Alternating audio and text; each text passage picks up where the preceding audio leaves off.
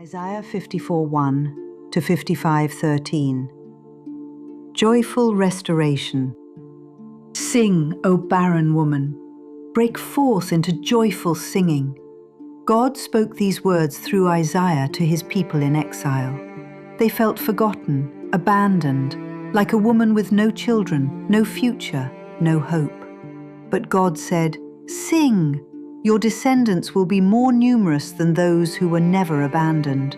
The same God who promised this to Israel promises restoration to you. When life feels barren, when dreams lie dead, when you feel forgotten, God has not forgotten you. He is preparing something beautiful. For a brief moment I forsook you, but with great compassion I will gather you back. In overflowing anger for a moment I hid my face from you, but with everlasting love I will have compassion on you. God's people had turned away. They worshipped idols. They broke his heart. So he allowed them to face consequences: exile, separation, sorrow. But listen, his anger lasted only a moment. His love lasts forever. When you feel distant from God, remember, his love for you is everlasting.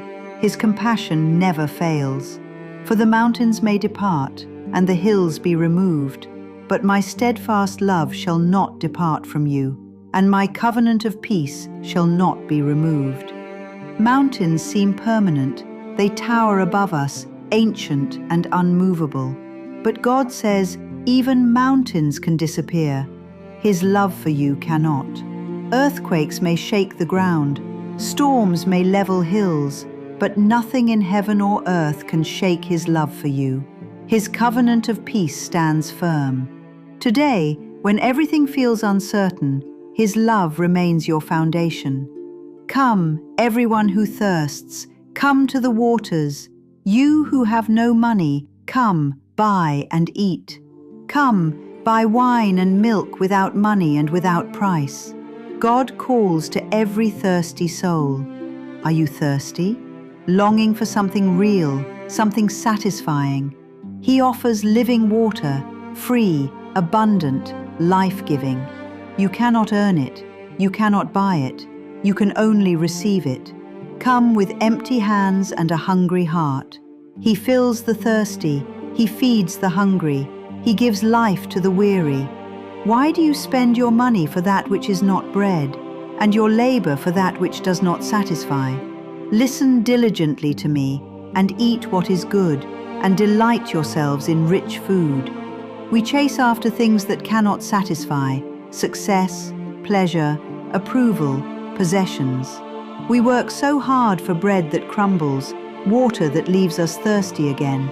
But God offers food that truly nourishes, water that truly satisfies. Stop chasing shadows. Come to the feast he has prepared. His word is bread for your soul.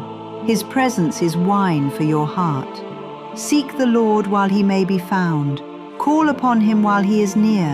Let the wicked forsake his way, and the unrighteous man his thoughts. Let him return to the Lord, that he may have compassion on him, and to our God, for he will abundantly pardon. Today is the day, now is the time. God is near, ready to forgive, eager to restore.